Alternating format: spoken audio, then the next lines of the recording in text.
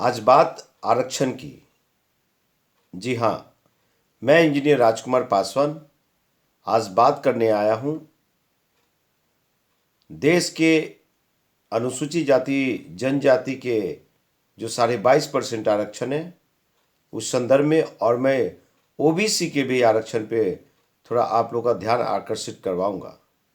जैसा कि आप लोग को मालूम है और मैं अवगत करा दूं कि भारत में सबसे पहले आरक्षण लागू हुआ 1935 में, और हम लोगों की आज़ादी कब मिली? 15 अगस्त 1947 को। उस बीच आज़ादी से पहले और आरक्षण तक बहुत सारे गोलमेज सम्मेलन हुए, पूना पैक्ट हुए, बहुत सारे गांधी और अंबेडकर में मतभेद हुआ, और अंग्रेजों के माध्यम से 1945 में अनुसूचित जाति जनजाति को मुख्य धारा में लाने हेतु आरक्षण नीति लाई गई, आरक्षण दी भी गई। पर आपको बता दूं कि जब देश आज़ाद हुआ 15 अगस्त 1947 को, उसके बाद फिर जब संविधान लिखने के लिए रूप प्रारूप प्रस्तुत करने के लिए डॉक्टर B.R. अम्बेडकर साहब को उस कमेटी का अध्यक्ष बनाया गया, और बखूबी से उन्होंने सजा करके भारत के संविधान को लिखा। आपको बता दूं कि भारत का संविधान अनुग्रहण किया गया, यानी उन्हें अपनाया गया 26 नवंबर 1949 को, और 26 जनवरी 1950 को वो प्रभावित हो गया, यानी प्रभावशाली हो गया, लागू हो गया भारतवर्ष में। तो उस समय आज़ादी से लेकर 1950 तक जब संविधान प्रभावित हुए, उस समय भारत की जनसंख्या कितनी थी? मात्र 39 करोड़। और आज 2022 में आज भारतवर्ष का जनसंख्या कितनी है? 140 करोड़। तो कितने गुना बढ़ा, ये देखने की बात है। पर जो अनुसूचित जाति जनजाति को आरक्षण दिए गए थे, उसे जमीन पे सही ढंग से इम्प्लीमेंट लागू नहीं किया जाना, ये सरकार और सामंतवादियों की, पूंजीपतियों की, जो ब्राह्मणवादी मनुवादी मानसिकता के लोग हैं, वो लोग ज़्यादा से ज़्यादा उनको अवसर नहीं दिया, और जब तक अवसर नहीं मिलेगा तो उसका अवसर का विकास नहीं हो सकता। उसी तरह से अभी भी जो आरक्षण नीति है और जो अनुसूचित जाति जनजाति को जो आरक्षण दिए गए हैं, तो उस समय 1935 में जो भी 35 करोड़ या 39 करोड़ देश की जनसंख्या थी, उसके जनसंख्या के अनुसार दिया गया था। पर आज जो भारत का 140 करोड़ जनसंख्या है, तो 140 करोड़ जनसंख्या में आज भी उस अनुसूचित जाति जनजाति की जनसंख्या जो है, और जो रिजर्वेशन है 22.5%, उस 22.5% में वैसे जातियों को भी शामिल किया जा चुका है, और हर एक राज्य में किया जा रहा है। बिहार में भी किए गए हैं जिन्हें आरक्षण की जरूरत नहीं है, लेकिन फिर भी 22.5% ही आरक्षण है। क्या उस आरक्षण को बढ़ा करके 22.5% से 35 से 40% नहीं किया जाना चाहिए? क्या अनुसूचित जाति जनजाति को सरकारी महकमे में ही आरक्षण में सीमित किया जा रहा है? आपको बता दूं कि जो सरकार में जो अनुसूचित जाति जनजाति के लोग कार्यरत हैं, उनको पदोन्नति में प्रमोशन ना के बराबर है, रोक दिया गया है, नहीं दिया जा रहा है। वो चाहे नीतीश भाजपा की सरकार हो या चाहे नीतीश तेजस्वी की सरकार हो या चाहे देश का नरेंद्र मोदी साहब की सरकार रही है, अभी चल रही है। तो ऐसे हालात में सवाल तो खड़े इन लोगों पे ही होंगे कि हमारी हकमारी की जा रही है।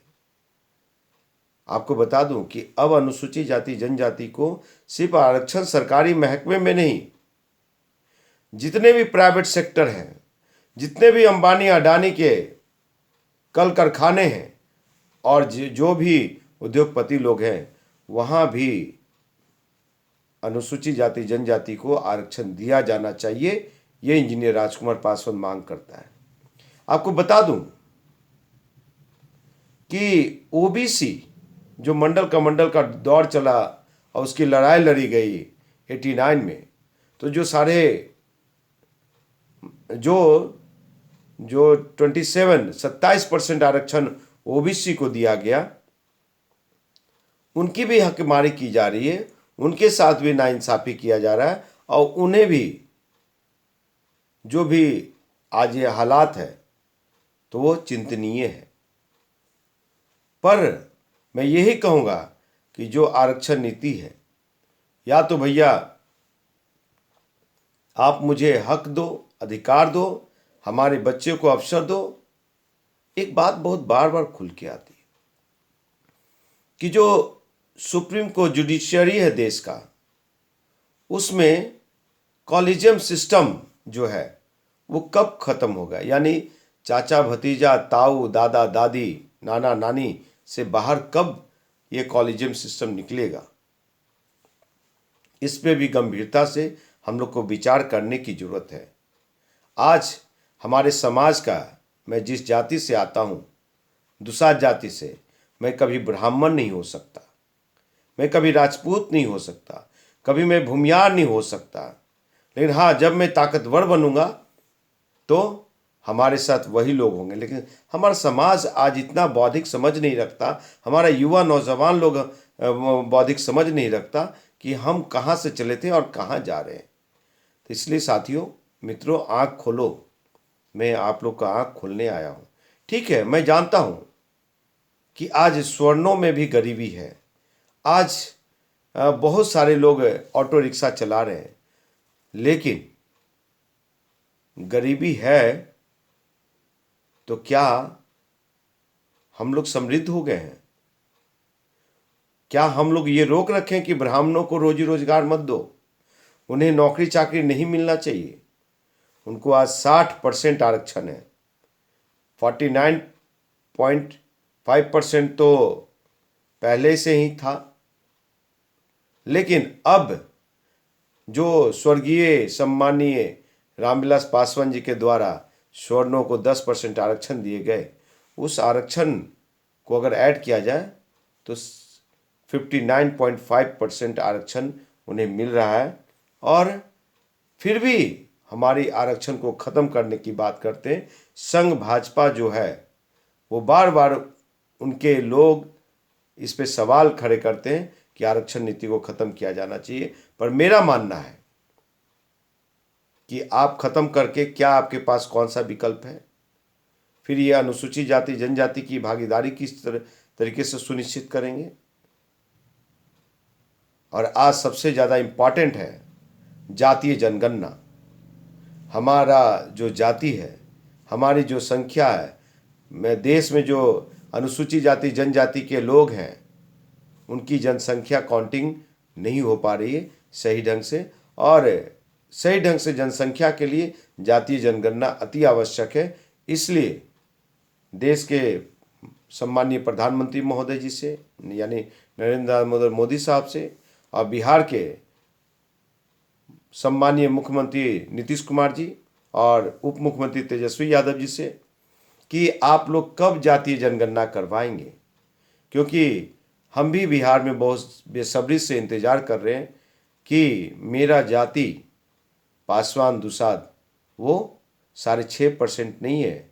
अगर यादव समाज 12% है तो पासवान भी 12% है बिहार में, आपको बता देना चाहता हूँ। लेकिन सभी की जातियों की जनगणना होनी चाहिए, सभी को बराबर की भागीदारी मिलनी चाहिए। और खास करके अनुसूचित जाति जनजाति को जब मैं बिहार में, देश में, उत्तर प्रदेश में जब मैं देखता हूँ, और कभी घड़े का पानी के ऊपर बच्चे की हत्या, अनुसूचित जाति जनजाति के की हत्या, उनकी बेटियों की इज्जत आबरू लूट करके हत्या, आज हमारे अनुसूचित जाति जनजाति के जो लगभग 10 लाख लोग हैं जो जेल में निर्दोष पड़े हुए हैं, झूठी फर्जी केस में पड़े हुए हैं, ऐसे युवा नौजवान जिनका भविष्य अंधकार में है। तो मैं ये जानना चाहता हूँ, ये सोचता हूँ कभी कभी कि हम लोग कब मजबूत होंगे, कब एक साथ खड़े होंगे।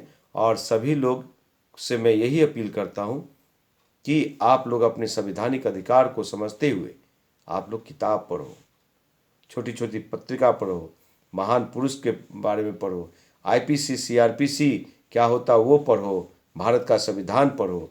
आप जब पढ़ेंगे तभी आगे बढ़ेंगे। जय हिंद, नमस्कार।